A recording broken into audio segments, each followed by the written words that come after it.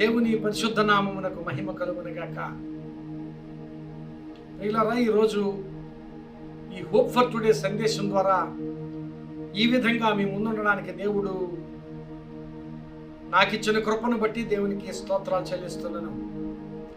అలాగే ప్రతిదినము life church Vizag ద్వారా ఈ హోప్ ఫర్ టుడే సందేశాలు మీకు అందించడానికి మాకు దేవుడిస్తున్న భాగ్యాన్ని బట్టి కూడా దేవునికి స్తుతులు చెల్లిస్తూ ఈరోజు హోప్ ఫర్ టుడే సందేశంలోనికి మిమ్మల్ని ఆహ్వానిస్తూ ఉన్నాను.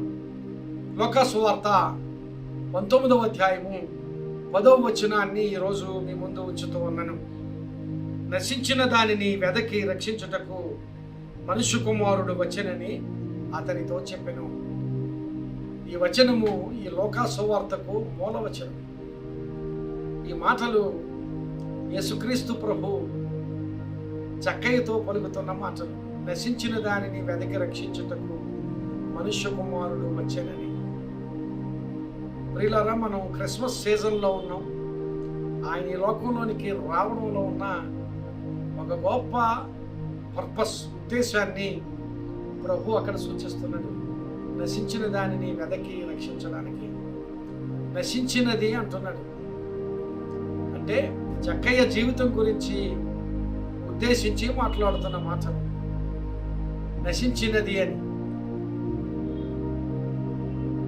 దేవుడు జీవితంలో లేకుండా, యేసుక్రీస్తు ప్రభువును రక్షకునిగా అంగీకరించకుండా నీవెంత భోగభాగ్యాలు అనుభవించినా అది నశించిన స్థితి అని ఆ మాటల ద్వారా మనం అర్థం చేసుకోవాలి. ఎందుకంటే జక్కయ్య చాలా ధనవంతుడు.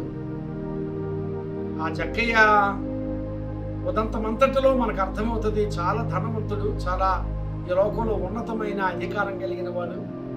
అలాంటి స్థితి అంతటిని ప్రభు అంటున్నాడు నశించినది అంటున్నాడు. అలాంటి దానిని వెదకి రక్షించడానికి ఆయన లోకంలోకి వచ్చానని చెబుతున్నాడు.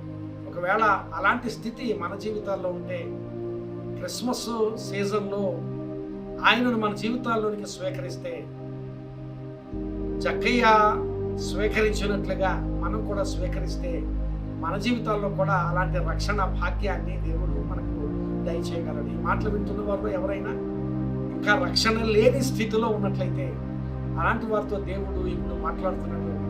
నీ జీవితంలో నశించిన స్థితి, నీ జీవితంలో దేవుడిని ఎరగని స్థితి, నీ జీవితంలో యేసుక్రీస్తు ప్రభుని ఇంకా రక్షకునిగా అంగీకరించని స్థితి ఉన్నట్లయితే నీకోసం ఆయన లోకంలోనికి వచ్చాడు అని ఆయన మాట్లాడిన మాటలు.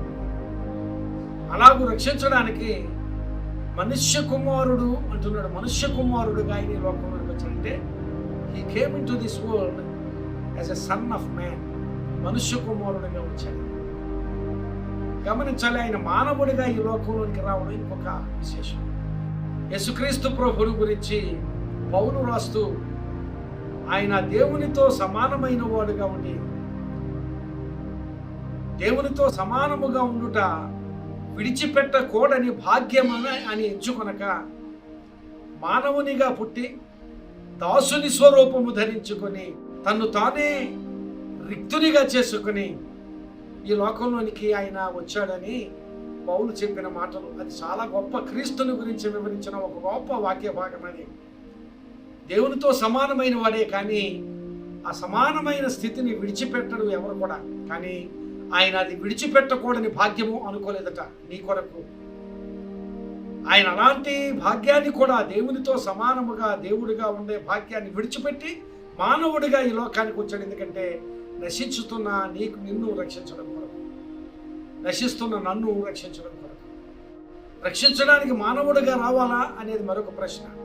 పాత నిబంధన కాలంలో బల్యర్పణలు ఉండేవి. పాప పరిహారం కొరకు, పాప నివృత్తి కొరకు బలులు అర్పించేవారు. ఆ బలులు అర్పించడంలో పాత నిబంధనలో జనులు విఫలమైపోయారు. ఆ విఫలమైపోయిన స్థితిలో ఆయనే మానవుడిగా ఈ లోకంలోనికి వచ్చి మరికెప్పుడు బలి అర్పణ అవసరం లేకుండా తానే బలిగా తను తాను సమర్పించుకొని తను తానుగా బలియాగముగా అర్పించుకొని ఆయనే బలి పశువై నీ కొరకు ప్రాణం అర్పించుటకు ఈ లోకంలోనికి ఆయన మనుష్య కుమారుడిగా వచ్చాడు. అలా ప్రాణం అర్పించాలి అంటే మానవుడిగా రావాలి.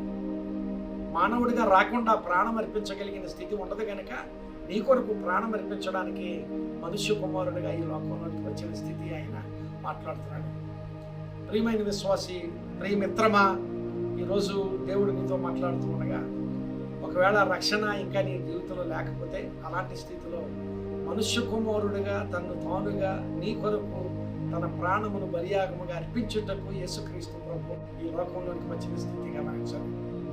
అలాగే నీవు రక్షణ కలిగిన స్థితి నీలో ఉంటే అక్కడ జక్కయ్య ఆశను బట్టి జక్కయ్యను ప్రభు ఆశీర్వదించిన స్థితి మనం గమనించగలం. మనం ఎంతగా ఆశిస్తే అంతగా ప్రభు ఆశీర్వదిస్తాడు. యేసు ఎలా ఉంటాడో చూడగోరి జక్కయ్య మేడి చెట్టు ఎక్కి కూర్చున్నాడు. చాలా మంది జనులతో యేసుక్రీస్తు ప్రభు వస్తుంటే ఎరుకో పట్టణంలోనికి ఆ జక్కయ్య ఆయన ఎలా ఉంటాడో చూడాలని అనుకుని ఆ జనుల మధ్య ఉన్న యేసు ఆయన ఆ జక్కయ్యకు కనబడడేమో అని ఆయన మేడి చెట్టు ఎక్కి కూర్చున్నాడు. ఆశ జక్కయ్యది. అయితే ఆ చెట్టు దగ్గరికి వచ్చినప్పుడు యేసుక్రీస్తు ప్రభువే జక్కయ్య వైపు చూసి జక్కయ్య దిగిరమ్మని జక్కయ్యను పిలిచాడు. ఆశ నీదైతే ఆయన ఆశీర్వదించడానికి తప్పక ముందుకు రాగలిగిన ప్రభు ఆయన. గమనించాలి, ఒక అడుగు నువ్వు ముందుకేస్తే ఆయన 10 అడుగులు ముందుకేస్తాడు. ఒక అడుగు నువ్వు ముందుకేసి నీ ఆశను దేవునికి తెలియజేసినట్లయితే ఈరోజు నీ జీవితంలో ఏ అవసరమైన రక్షణ అయితే రక్షణ, లేక మరి ఏ ఆశీర్వాదమైన అవసరమైతే ఆశీర్వాదం కొరకు నీవు ఆశపడి నీ ఆశను దేవునికి తెలియజేస్తే దేవా నాకు రక్షణ కావాలి, తప్పక రక్షించడానికే ఆయన లోకంలోకి వచ్చాడని దేవుని వాక్యం మాట్లాడుతుంది. లేక ఇంకేదైనా అవసరత, రక్షణ పొందవు ఇంకా ఏదైనా అవసరత నీ జీవితంలో కావాలి అంటే అది వాక్యానుసారమైన కోరికైతే తప్పక దేవుడు నీ జీవితంలో నెరవేరుస్తాడు. జక్కయ్య యేసు ఎవరో చూడాలని అనుకున్నాడు, కానీ యేసే తన ఇంటికి రావడం, ఆ ఇంటికి రక్షణనివ్వడం గొప్ప ఆశీర్వాదం, నీ ఊహించని ఆశీర్వాదం. జక్కయ్య ఆ దినాన్ని నా ఇంటికి ప్రభు వస్తాడు, ప్రభు వచ్చి నన్ను ఆశీర్వదిస్తాడు, నన్ను రక్షిస్తాడు, నా కుటుంబాన్ని రక్షిస్తాడు అని ఆలోచించలేదు. కానీ యేసు ఎవరో చూడగోరి ఆ చిన్ని ఆశతో ఒక అడుగు ముందుకు వేశాడు. ప్రభు ఆయన జక్కయ్యకు కనుపరుచుకోవడం మాత్రమే కాకుండా ఆయన ఇంటికి వెళ్ళాడు, ఆయన్ని ఆశీర్వదించాడు, ఆయన ఇంటి వారందరినీ ఆశీర్వదించి రక్షణ అనుగ్రహించిన స్థితి అక్కడ దేవుని వాక్యంలో చూస్తున్నాం. ప్రియమైన మిత్రమా, ఈరోజు రక్షణ లేకపోతే రక్షణ కొరకు యేసుని స్వీకరించు. రక్షణ కలిగి ఏదైనా అవసరతలు ఉంటే నీ ఆశను దేవునికి తెలియచేయి. నీవు ఒక అడుగు ముందుకు వేస్తే ఆశతో ఆయన 10 అడుగులు ముందుకు వేసి నీవు ఆశించిన దానికంటే ఉన్నతమైన ఆశీర్వాదం నీకు ఇస్తాడు. అవునంటాడు, మనము ఊహించు దానికంటే, మనం అడుగు దానికంటే అత్యధికముగా చేయడానికి శక్తి కలిగిన దేవుడు మన దేవుడు. అలాంటి ఆశీర్వాదం నీకు ఇస్తాడు. జక్కయ్య ఊహించిన దానికంటే, జక్కయ్య అడిగిన దానికంటే అత్యధికముగా దేవుడు జక్కయ్య జీవితంలో దయచేసాడు. అలాంటి కార్యం నీ జీవితంలో కూడా దయచేయగలడు. అయితే నీవు నీ ఆశను దేవుడికి తెలియచేయి. ఆశగల ప్రాణాన్ని ఆయన తృప్తిపరుస్తాడని దేవుని వాక్యం చెబుతుంది. నీ ఆశను దేవునికి తెలియచేయి. దేవుడు తప్పకుండా జక్కయ్యను ఆశీర్వదించినట్లుగా నిన్ను కూడా ఆశీర్వదించగలడు. అంటే ఆశీర్వాదం దేవుడు నీకు దయచేయగాక. ప్రార్థన చేసుకుందాం. కృప కలిగిన మా తండ్రి పరిశుద్ధుడా, ఈ మాటలను బట్టి మీకు స్తోత్రాలు. ఈ మాటలు విన్న వారందరూ ప్రభు వారి ఆశను నీకు తెలియచేసి వారి జీవితాల్లో ఆశీర్వాదం పొందుకోగలిగే స్థితిని వారికి దయచేయమని ప్రార్థన చేస్తున్నాను. రక్షణ లేని వారు రక్షణ పొందుకోగలిగేటట్లుగా నీకు మొరపెట్టుకునే స్థితిని దయచేయండి.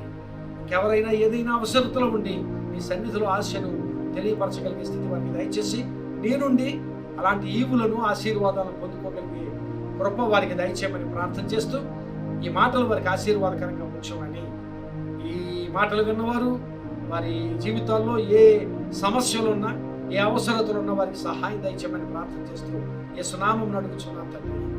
ఆమేన్. God bless you friends. Have a great day. ఈ సందేశం మీకు ఆశీర్వాదకరంగా ఉంటే తప్పక మీకు తెలిసిన వారికి షేర్ చేయండి.